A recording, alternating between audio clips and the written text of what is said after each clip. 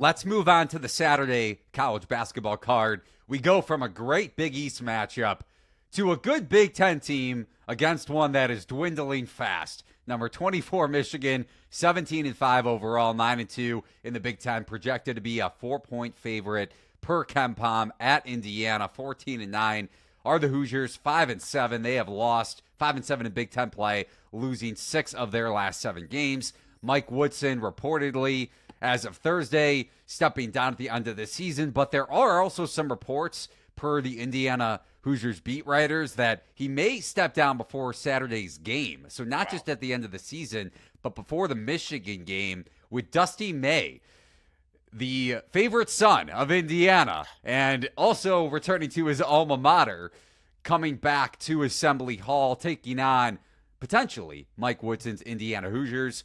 So Mike Woodson on Tuesday night postgame, Justin, I don't know if you saw this quote. No, I didn't.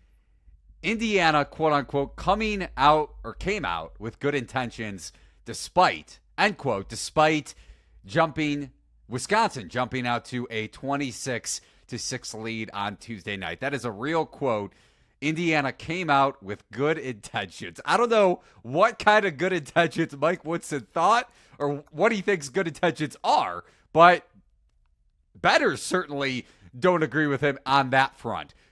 One thing with Michigan betting-wise, they have lost 6 straight games against the spread after covering 5 in a row, and turnovers have a lot to do with that. 336th in college basketball in offensive turnover rate. Danny Wolf, despite the fact that he is the first Big Ten player since Trace Jackson Davis and one of 4 over the last decade and a half, joining Draymond Green, Ethan Happ, and Trace Jackson Davis, the aforementioned TJD, to average 10 points, 10 rebounds, and 3.5 assists in a season since 2010. So do-it-all players. Danny Wolf is one of them, but he has a 27.3% turnover rate, and Michigan's turnover woes have cost them, at least in terms of covering the number, in their last 5 games.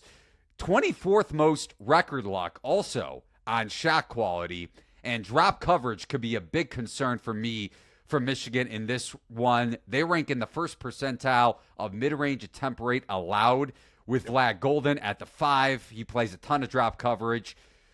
And you look at also the efficiency they've allowed in the mid-range, 13th highest, or 13th percentile, I should say, in mid-range efficiency allowed per CBB analytics. That is where Indiana thrives. And one quick note before I swing it to you, Justin, on the Hoosiers lineup concerns that have kind of turned around in a good way, even if Woodson is still on the sideline. Indiana's 3-man lineup of Miles Rice, Umar Ballo, and Malik Renew has a net rating of negative 38.9 across 57 Big Ten minutes with those 3 players on the floor together. That is a bottom negative 1% mark nationally, but second half against Wisconsin, despite the fact that Indiana lost by 12, failed to cover the closing number of 8.5.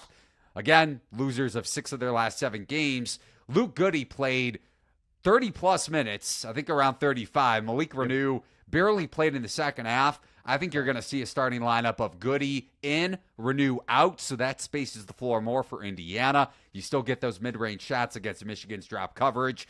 I like Indiana, with or without Mike Woodson, to cover this one and potentially pull off the home upset. Last dance with Mike Woodson on the sideline. Indiana going all out for its NCAA tournament hopes. What say you, Justin? Yeah, Mike Woodson retiring is the right move. He doesn't understand college basketball. Just point blank. He has never had a team inside the top 320 teams in 3-point attempt rate. Come on. I could tell a team to shoot more threes. I am telling you right now, Mike Woodson. I watched you as the coach of the Knicks. Not great. I've seen what you've done here at Indiana. Not great. You know what the key to basketball is? Taking the most valuable shot you can. You know what Mike Woodson and his teams do not do? Take valuable shots. I cannot bet on this team. All right. They just do not have the shot selection, and they definitely do not have the shot making. They are the second worst shot making team in the conference.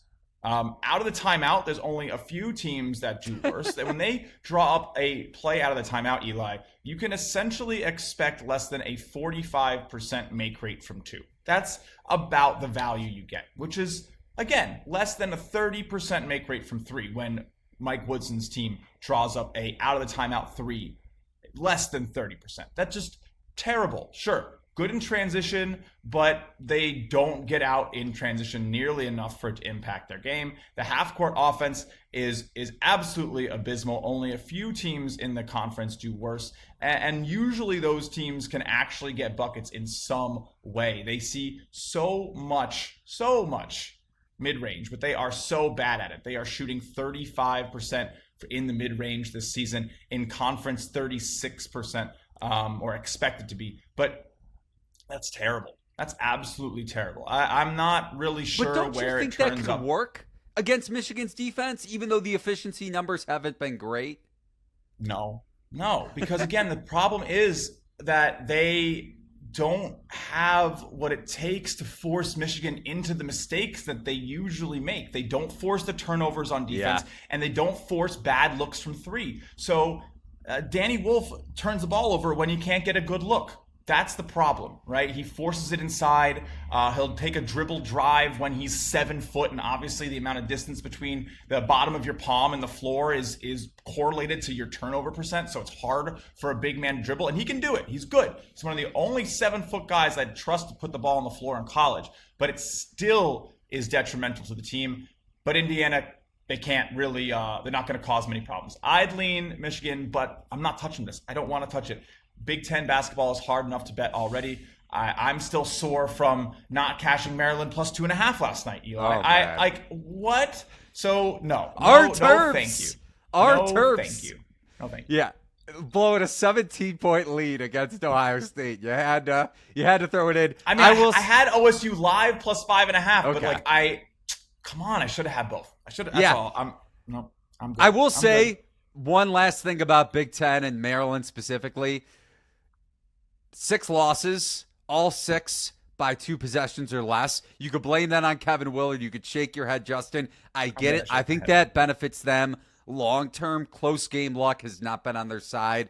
They could be even better than their 17-6 record. So worth noting that Maryland has a higher upside than the record may show because all their losses have been tight. But I think this is a get-up game for Indiana, again, with or without Woodson. Give me the Last Dance. Give me the Michael Jordan, Phil Jackson, Scottie Pippen vibes at Assembly Hall. I think Indiana wins this game outright, but I'll be taking the points. Probably some home tax involved in a must-win spot. Probably going to be a line of Michigan -3, maybe -2.5. I'll take Indiana. And look. Let's not pretend that media disparagement and public reputation don't make a difference.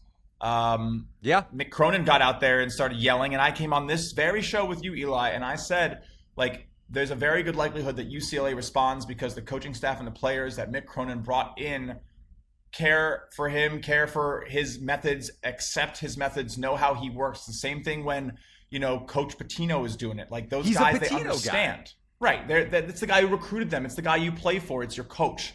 Yeah. So I don't know. With all this talk, could Indiana get up and really say we got to win this? I mean, Indiana's chosen son, Dusty May, is here, and if we don't, coach is gone. He's the one who brought us in. This is because we're playing badly. Yeah, he's not coaching great, but come on.